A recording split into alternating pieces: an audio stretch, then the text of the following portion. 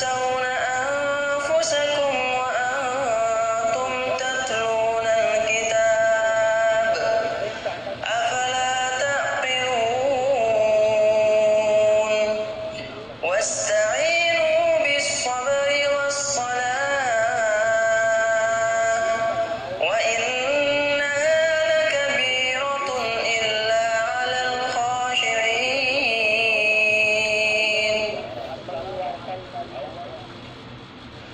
Assalamualaikum warahmatullahi wabarakatuh. Alhamdulillahilladzi alhaba 'anal hazan. Inna rabbana laghafurun syakur. Asyhadu an la ilaha illallah wahdahu la syarikalah wa asyhadu anna Muhammadar Rasulullah sallallahu alaihi wasallam wa ala alihi wa ashabihi amma ba'du.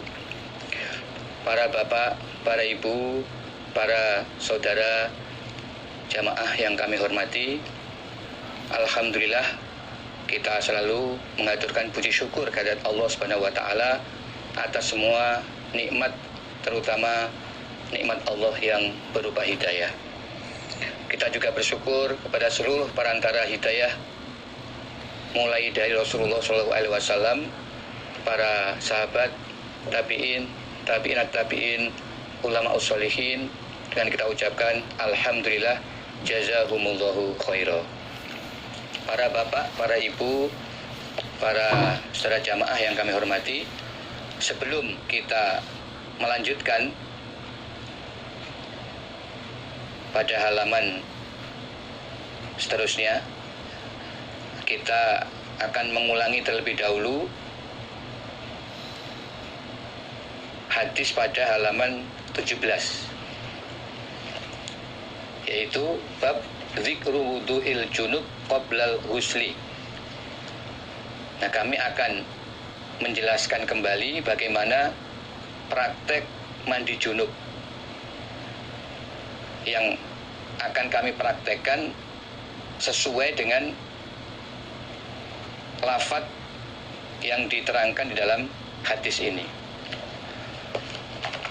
yaitu an Aisyata radhiyallahu anha anna Nabiya sallallahu alaihi wasallam, karena ada Nabi idzal tasala, ketika mandi siapa Nabi minal janabah dari junub, bada'a maka memulai Nabi, faghsala maka membasuh siapa Nabi, yadai pada kedua tangan Nabi. Jadi sebelum memasukkan kedua tangan pada wadah air, terlebih dahulu Nabi membasuh kedua tangan tersebut. Caranya, pertama tangan kiri memegang wadah air, kemudian dituangkan pada tangan kanan. Lalu tangan kanan memegang wadah air, kemudian dituangkan pada tangan kiri. Summa tawaddo'a kama yatawaddo'u lis-shalah. Kemudian Nabi berwudu sebagaimana wudu untuk sholat. Di prakteknya berkumur, kemudian membasuh wajah, lalu membasuh tangan kanan, kemudian basuh tangan kiri, lalu mengusap rambut, sebagaimana praktek dalam berwudu. Summa yudkhilu asabi'ahu alma. Kemudian Nabi memasukkan jari-jari Nabi alma pada air. Jadi jari-jari dimasukkan ke dalam wadah yang berisi air. Fayukhallilu biha usula sya'rihi. Kemudian dengan jari-jari tersebut Nabi menyela-nyelai pangkal rambut. Jadi dengan air yang membasahi jari-jari ini digunakan untuk menyela-nyelai pangkal rambut. Nah, di sini tidak dijelaskan perincian caranya bagaimana, sehingga ya dipersilakan. Yang penting jari-jari bisa masuk sampai ke pangkal rambut dan air bisa membasahi sampai ke kulit kepala, sehingga diperkirakan semua rambut bisa basah oleh air.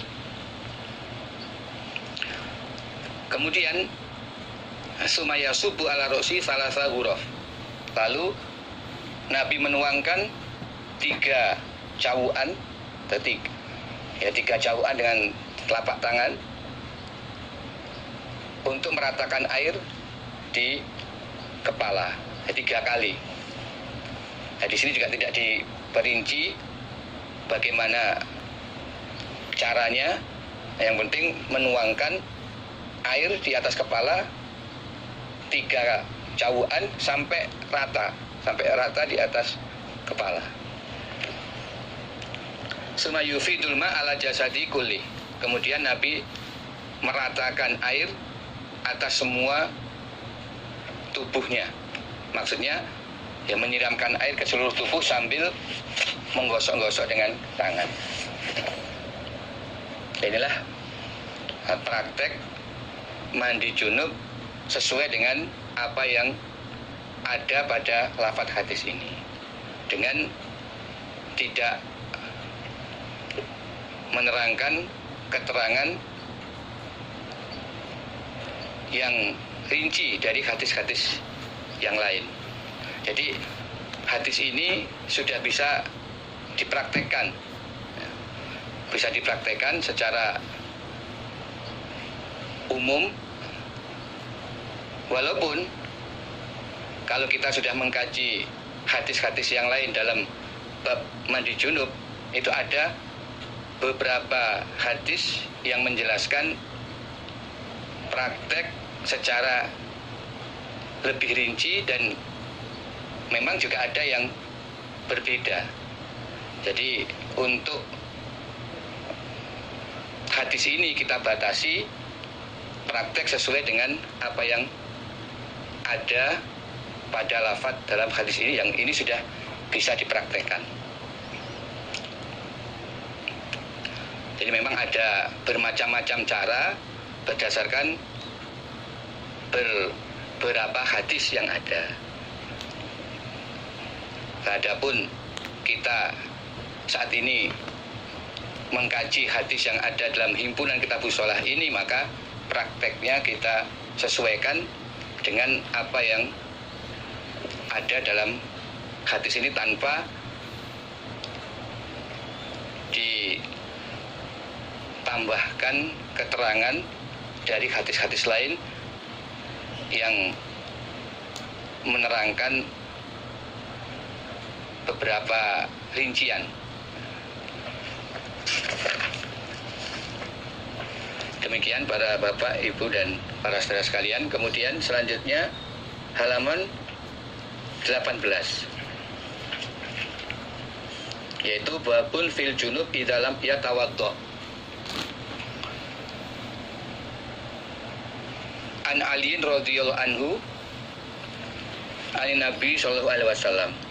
Qala, bersabda Nabi, la tadkhulu, tidak masuk siapa al malaikatu malaikat, baitan dalam suatu rumah, fihi, yang di dalam rumah suratun, ada gambar timbul.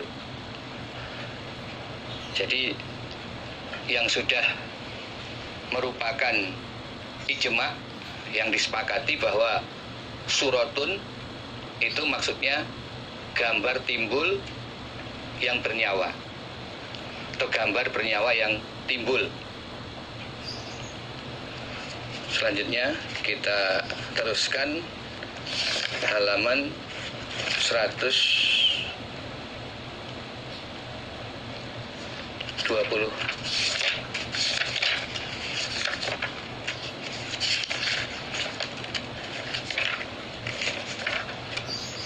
Kita lanjutkan halaman 129.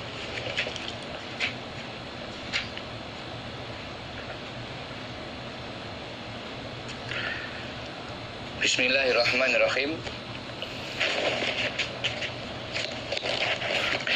Haddatsana Abdurrahman ibnu Ibrahim, haddatsana ibnu Abi Fudaik an Abdul Muhaimin ibni Abbas ibni Sahal ibni Sa'ad As-Sa'idi an Abi an Jaddi an Nabi sallallahu alaihi wasallam.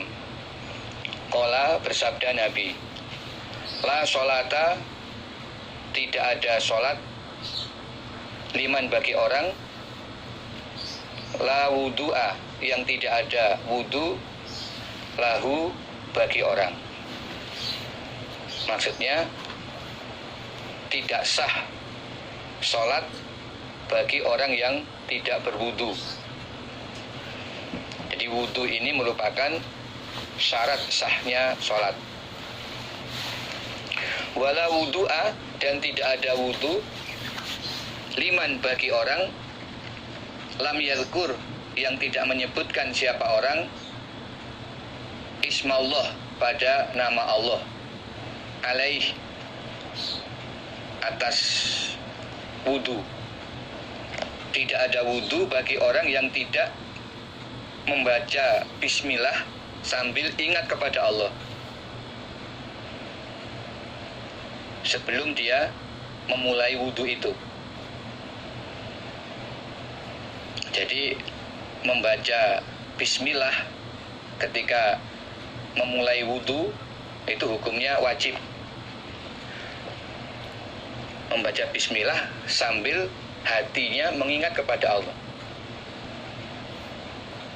Wala sholata, dan tidak ada sholat, liman bagi orang, la yusolli, yang tidak membaca sholawat siapa orang, ala nabi, atas nabi. Tidak ada sholat bagi orang yang tidak membaca sholawat atas nabi. Prakteknya membaca sholawat ketika duduk tahiyat atau ketika tasyahud. Di setelah bacaan tasyahud kemudian dilanjutkan dengan membaca sholawat atas nabi. Dan tuntunan bacaan sholawat dalam tahiyat itu sudah ada. Jadi membaca sholawat dalam sholat itu juga hukumnya wajib. Wala sholata, dan tidak ada sholat, liman bagi orang, la yuhibbu, yang tidak senang siapa orang, al ansor, pada kaum Ansor, yaitu penduduk asli kota Madinah yang masuk Islam. Kemudian mereka mempersilakan Nabi dan para sahabat dari kalangan penduduk Mekah untuk hijrah ke kota mereka, yaitu kota Madinah, sehingga mereka disebut sebagai golongan Ansor, yang maknanya adalah penolong. Jadi mereka menolong Nabi dan kaum muhajirin untuk bisa bertempat di kota Madinah, kota mereka. Ini maksudnya umat Islam